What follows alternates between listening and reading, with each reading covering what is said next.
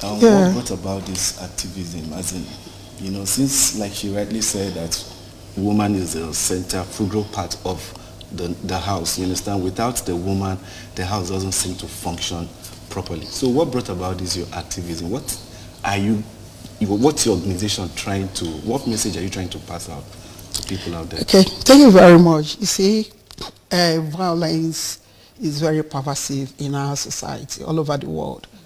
And the recurrent violence in our society is very worrisome.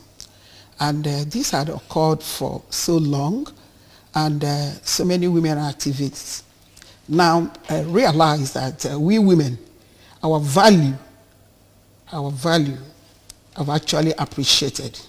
And if our value had appreciated, why do we need to suffer some desirabilities? Why is it that our right to human dignity is not being respected? And so in all, we thought of that violence against women is one of the key issues that women go through that actually do not portray our rights, do not portray our gender equality, do not bring women to limelight. It subdues us. It denies us of our dignity. And so women activists cried out and said, no, there must be a change. And we are clamoring for a change.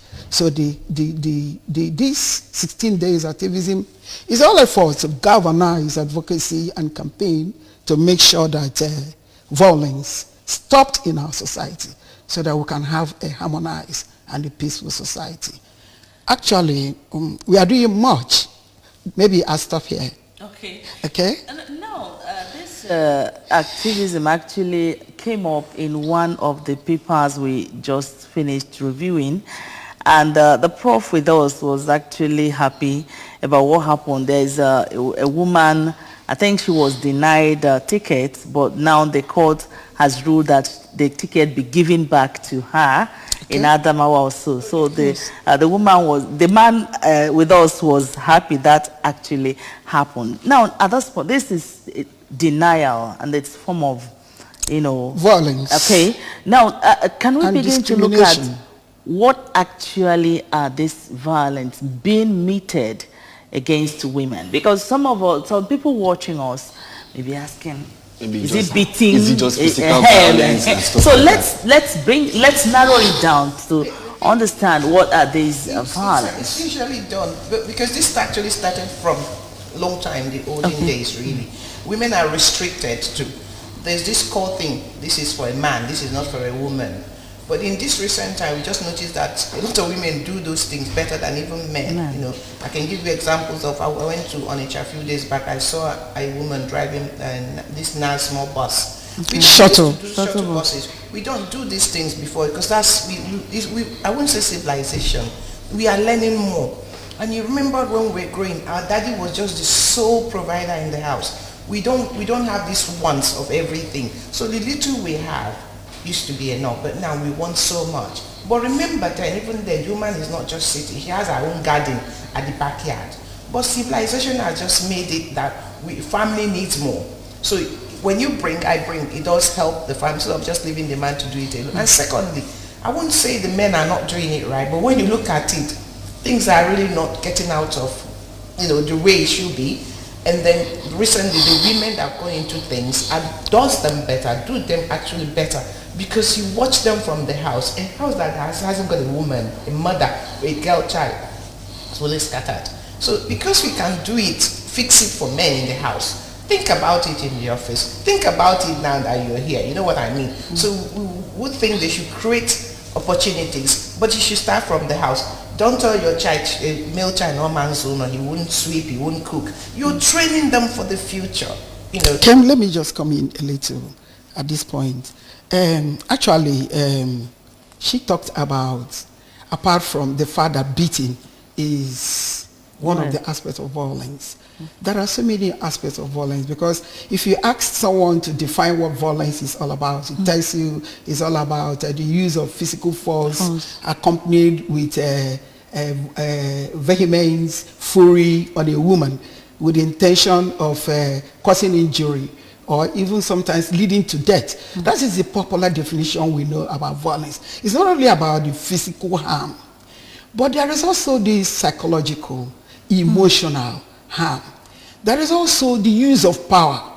You see, men use power on us. Oftentimes, you find that men are, are in a kind of administrative power. And when they are there, they deny women access to administrative power. There are certain powers that women are not allowed to hold.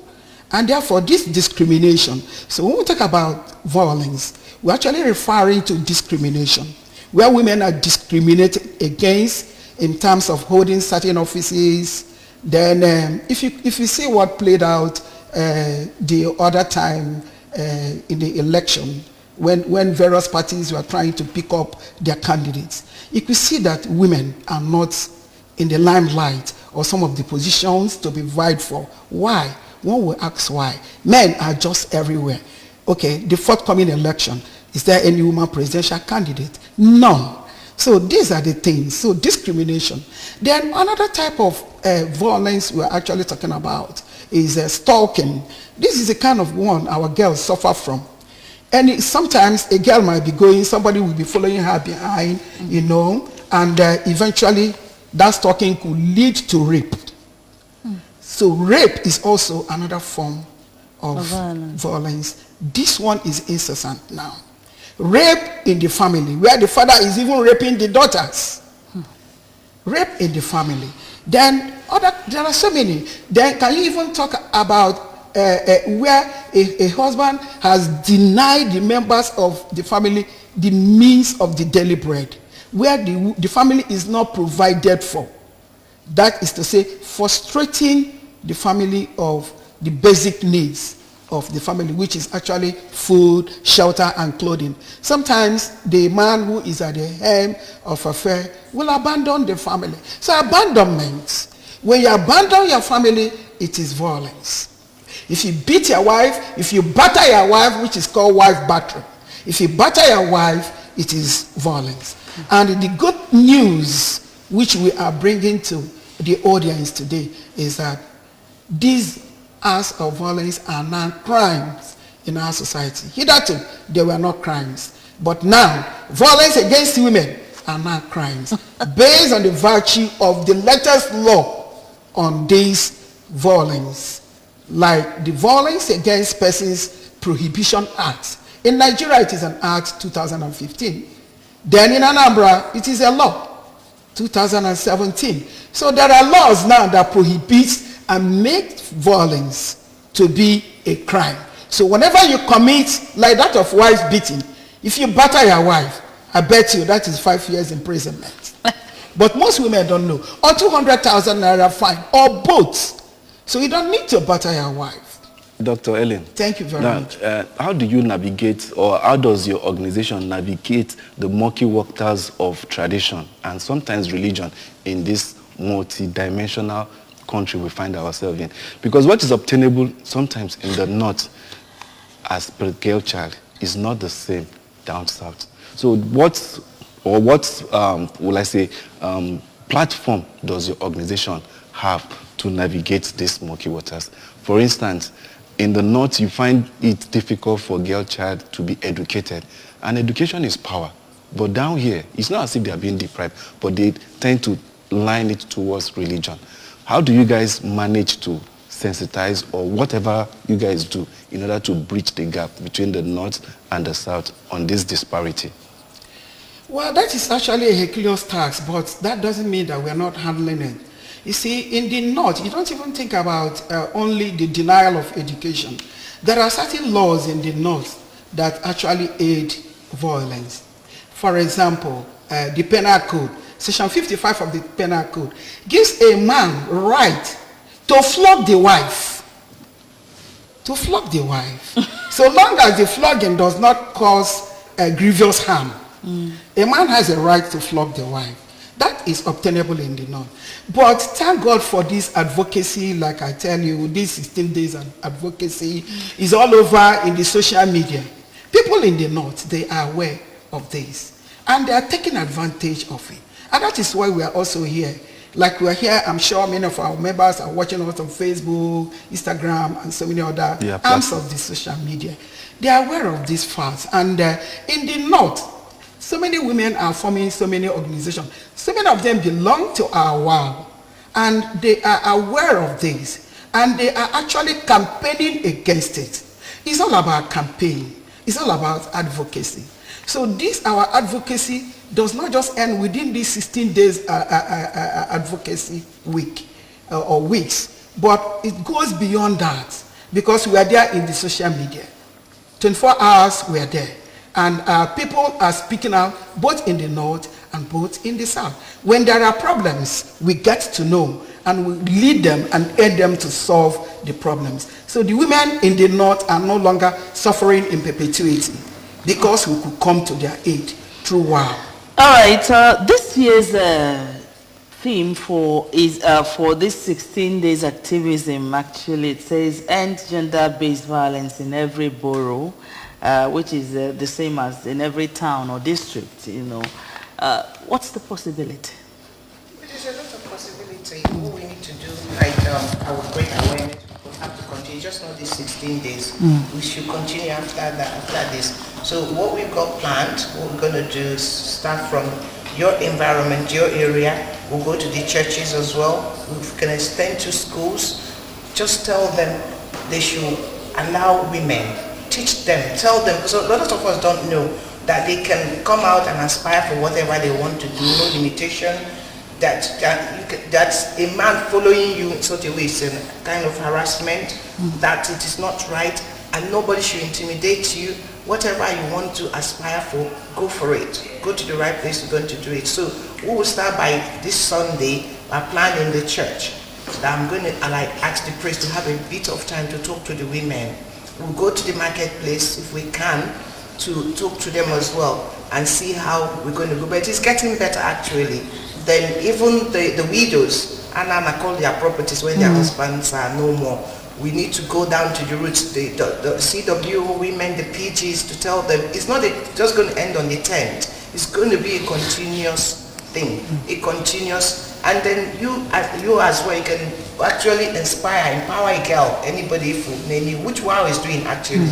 There's a lady that everybody would have known that sells, what's it called, Opo and things. We've approached her, we've talked to her, we find a way to help her to get better. There was a time, Madam Mapo, she's from Morifit or something. We actually called her because we saw what she was doing. One of our member that's not in this country saw her from US and then called me and said, oh, there's a woman they saw. This is what she is doing, very good for children, that indigent children, some of them are in the markets, they don't go to school. She goes down to that stage. Even the ones they've taken out for house girls and house boys, she brings them out, she go around asking people money to help. So these are the things we want to get more women, ambassadors for WOW. And we have WOW members, 21 local government, to help us transmit these messages to women. Don't speak out. If you don't speak out, we will not know. And our office line is still here. We listen to them. When you call us on anything we can do, it's just not empowering you. Even when you're sick, you can't pay your school fees. You can't even feed. The basic thing is feed, accommodation. We don't take all because we can't do all. But when we come and investigate it, and you need help, we'll give you whatever hand we can afford to give you. So that's what we do. And it's going to be a continuous thing for now. So thank you. All right. The program is Good Morning Anambra, talking about 16 days activism to end violence against women. We take a short break here. Let's feel the pulse of the masses. We'll be right back after now.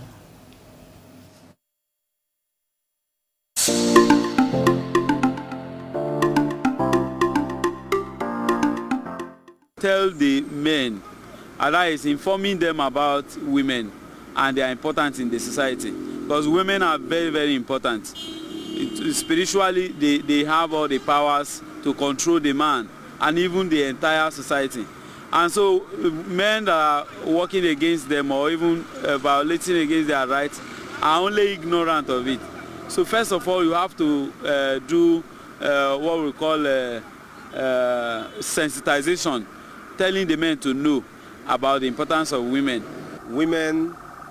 our origins.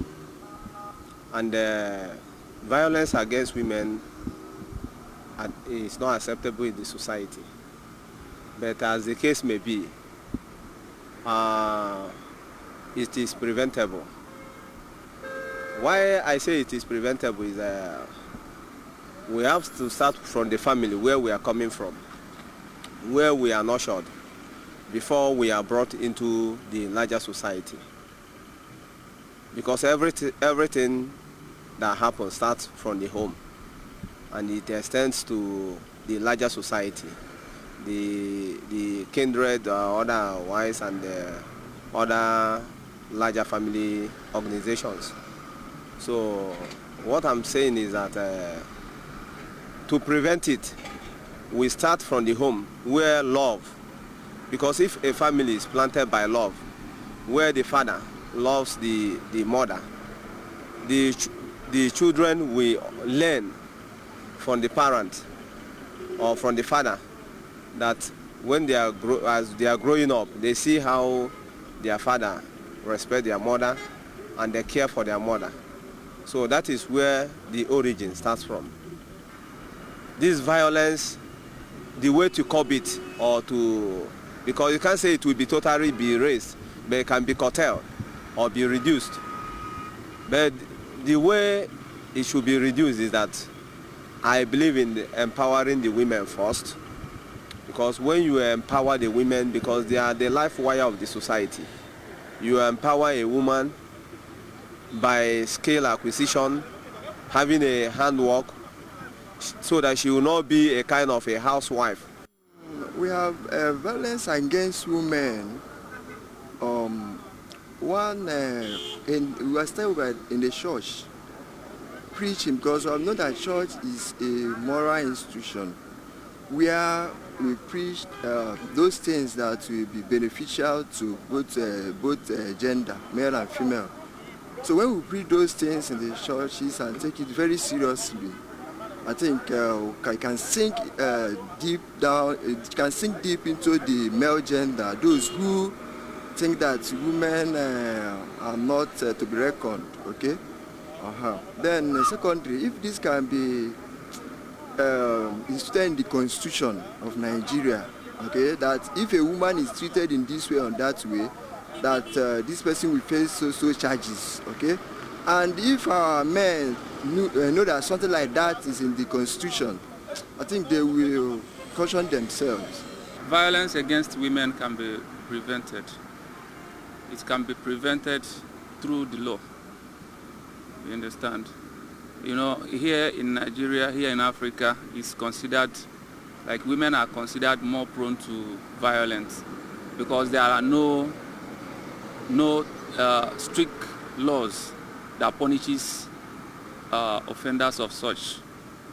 So if you can say, like, women feel more free in the Western world because that is where they feel their rights are more protected.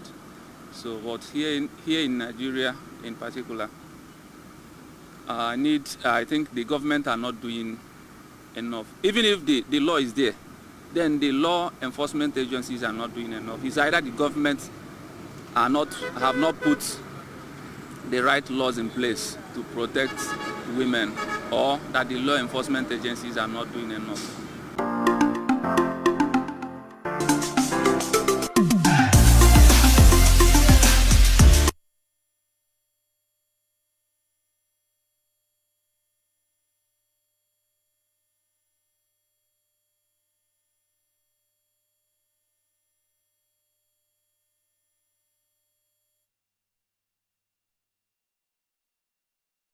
Yeah, welcome back. You're still on Good Morning Anambra, where we are feeling the pulse of the masses on the same issue of violence against women and the 2022 Activism Week for Women. Well, you heard what most of the people said there. And let me come to you, Dr. Ellen. You understand? Somebody was saying that the government is not doing enough based on the laws. What other stringent law will you feel that the government needs to implement in order to curb these excesses of violence against women? Okay, thank you very much. I think we have enough laws in respect of gender violence. Like the most recent one, I talked about the violence against persons prohibition law of Anambra State, which is just 2017. That is a law that actually prohibits violence against women. And this very law, actually made loss of violent acts a crime. Hitherto they were not crime, but now they are crime. Like, though rape used to be crime, but there are other ones like the physical violence, physical hitting of your wife battery is now a crime. That one, it can earn you 3 years imprisonment or 200,000 naira fine. Or ordinary physical beating of a woman, you can be convicted for 4 years in prison. Emotional, psychological, and verbal violence is not a crime. There are something you say to a woman, or even a woman says it to you because it's vice versa. The law protects both the male and the female. So it is not a crime to emotionally, verbally, and psychologically hurt someone. That is a crime. So once they have been made a crime, and you can be convicted when found guilty of those acts. So the government of Anambra State, for the fact that to have this law, it has gone a long way. What we need to talk about is the implementation. Do we actually implement this law?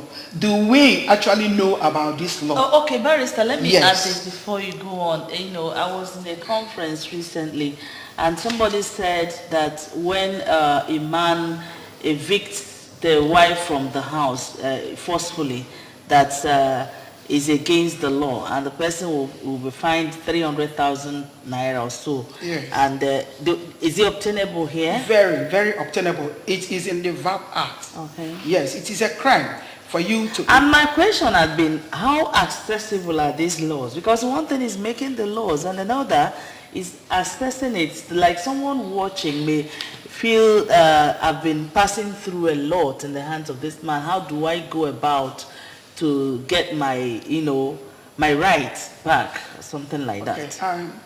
Perhaps that's what the person will gain in this today's 16-day activism. Okay. We are there for women. We do most pro bono, like wow. You see, we have a legal clinic. If we leave our number, we're going to leave our number.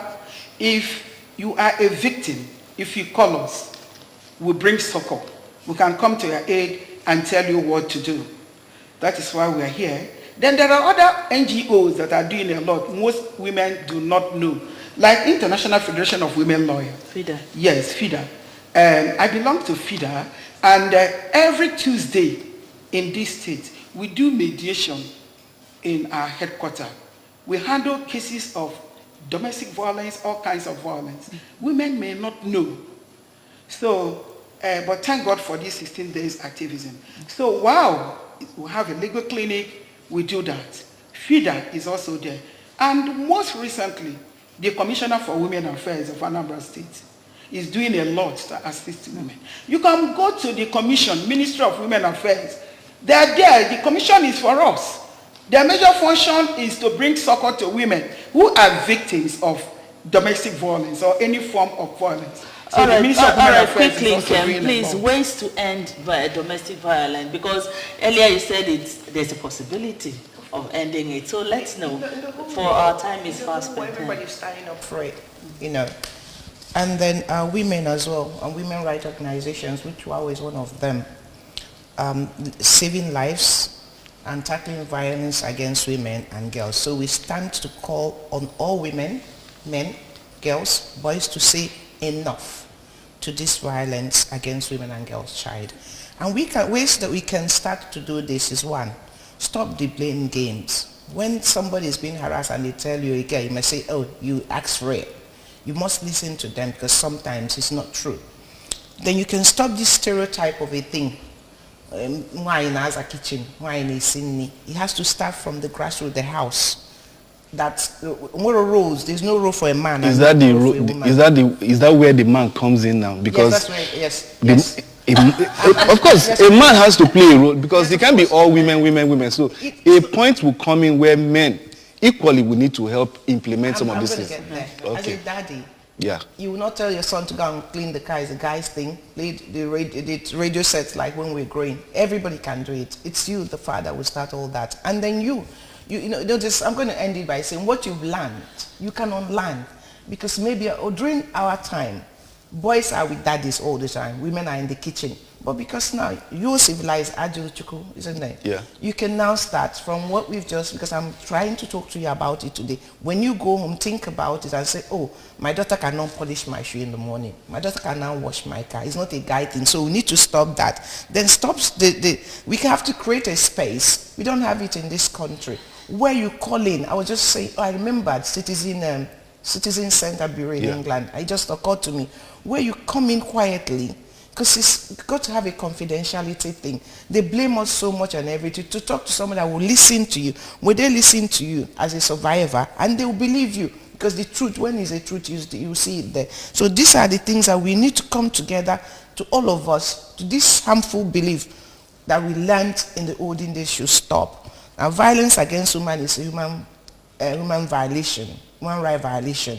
We need to go back to basics. We need to tell, even when we're growing up, our father doesn't used to beat our mothers like the way it is. I don't know if it's modernization, because like all my period, I lived with my parents and grandparents, neighbor. I don't see them fight, but it's a current thing. And moreover, again, look into poverty, not just the men. Things are very tough. So it's a thing that we need, everybody, the children, will talk about, and all hands on deck. Yes. Okay, and thank that's you so the much. much you can take. We'd like to appreciate you so much.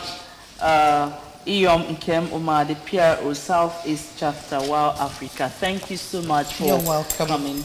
And we'll Iyom, I'm the PA to the Executive Director, World Wow Organization.